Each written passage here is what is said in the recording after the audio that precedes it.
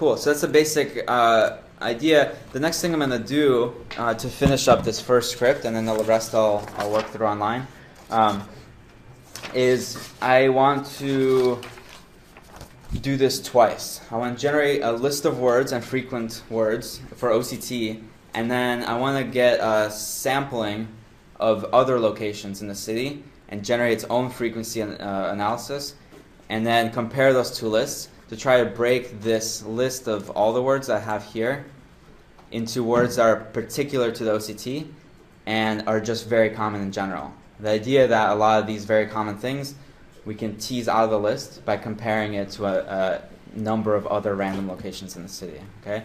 And for that, all I need to do is repeat this process. So here is all my code for generating that bag of words, and I do it if I find a matching POID.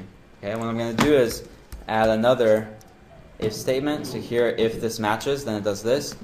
I'm going to say else if, and here I'm going to create a random variable to basically make this loop run again for any random location, but I don't want to run through every location in the city. Okay, I could, but that's going to take forever. So I'm just going to say else if random.random is smaller than 0.01. Now, random.random is the basic randomization function that gives you a random number from 0 to 1. So what I'm saying here is if the place ID didn't match, then pick a random number from 0 to 1, and if that number is less than 0.01, then run this function, or this part of the code. What that does in effect is it creates a 1% chance that this will run. What this will effectively do is it'll store all the words from OCT, and it will also process 1% of all the other places. And then here I want to repeat the same exact code, but I'm just going to create another set of variables to store my bag of words for words outside OCT and all of the strings. Okay, so I have these two lists here, right? I just want to duplicate everything. What I'm doing is I'm generating all the common words for OCT and then generating all the common words for some random sampling of 1% of every other place in Shenzhen to try to get a kind of mask or a base set of words that are just common in general in Shenzhen. And then these I'm just going to change this target. Okay, so I'm going to get all the words that are in our target, which is OCT, and all the words that are not in the target, which is everywhere else. And I'm just going to go into this section and then replace those parameters or those variables. Everything else is exactly the same. My structure and my process is exactly the same. I'm just going to say here, put all the words in this bag of not target words. Here, put all the strings into this list of not target strings. Okay, so that's going to do all that for us. The reason I'm doing 1% here is to speed this up. You decide what you can handle, okay? When I was testing this, I could do 5%, but at some point it's going to eat up the RAM. I'm actually going to show you how this works with your RAM here in a second. Okay, so once we get those bags, we want to also replicate this collection structure to get the common words not in our target. And we can reuse this collection variable. It's fine. Here we're going to use our not target bag. And we create this new variable called collection not target and look for the 2,000 most common words in our not target set. Okay, and then I want to replicate this also and export here. Now this time I'll say in list and out list. Okay. So I'm going to export into separate files all the words that are in OCT and all the words that are outside of OCT. I'm going to run this. This will take a little bit longer because now in addition to processing OCT, it's also processing 1% of all the other locations. If you remember, there's a little over 100,000 locations, so it's trying to do 10,000 in addition to our 36. Still doesn't take that long. I mean, it's pretty impressive. If you look at this, you can see as it's processing more and more, it's going to keep all those strings as it's working with them in the random access memory. So you can see that this is my RAM, right? This is 8 gigs maximum. I started with about 50%, and now I'm climbing, right? and it'll keep all those words in memory until you quit Python. This is really your hard limit. I did 5% before. It started like here if I quit Google and everything else, and then it climbed almost to 90%. Go back to my Explorer here. So now I have my in list and my out list. The in list should be exactly the same. Now I have my out list. This are all the words that are just in a random sampling of 1% of all the other locations in the city.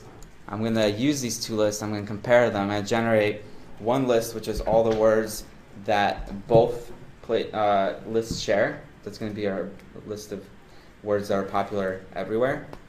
One list of words that are only in OCT, and one list of words that are only outside. What I need to do is just compare these lists. It's pretty easy to do in Python. I'm going to generate a new list called inList.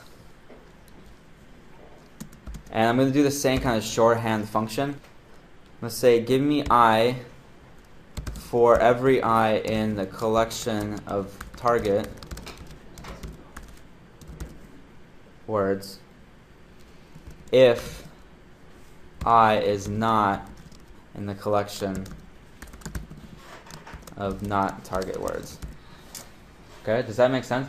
This is really shorthand. You can break this out into like 3 lines of code if it's confusing. But this is the beautiful thing about Python. That's why Python people love to code things this way, even though at first it might seem like really compressed and difficult.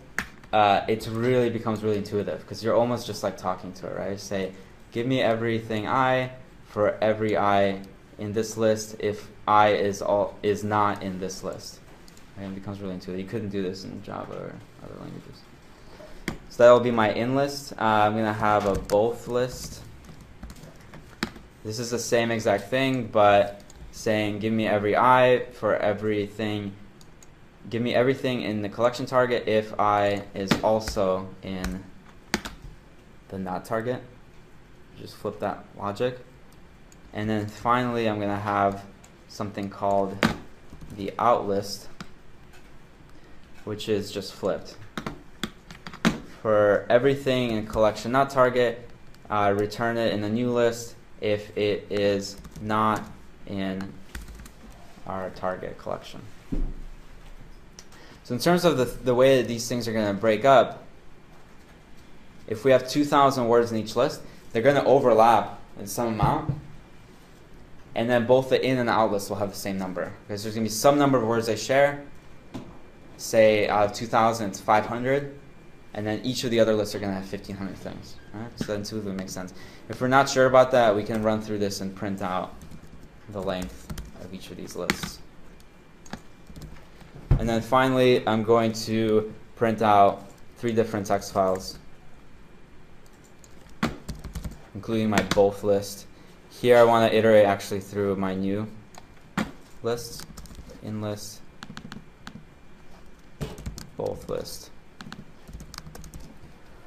out list. Okay, I'm going to export all those files out so we can take a look.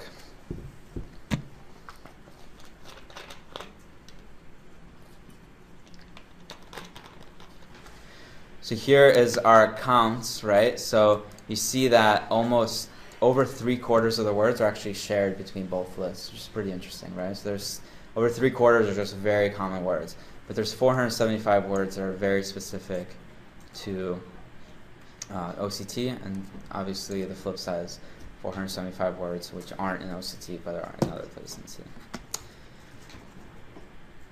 All right, so let's look at those text files. I'll start with the in list here. So this should be OCT specific. You can see the comma and the weird punctuation brackets are now gone. Okay, and these are the kind of words that come to the top now. It should be pretty obvious, but it came from the data. Right? I mean, we can say, oh, I assume people are going to be talking about OCT in OCT. Okay, fine. But this is say OCT is the 4th most common thing that people talk about.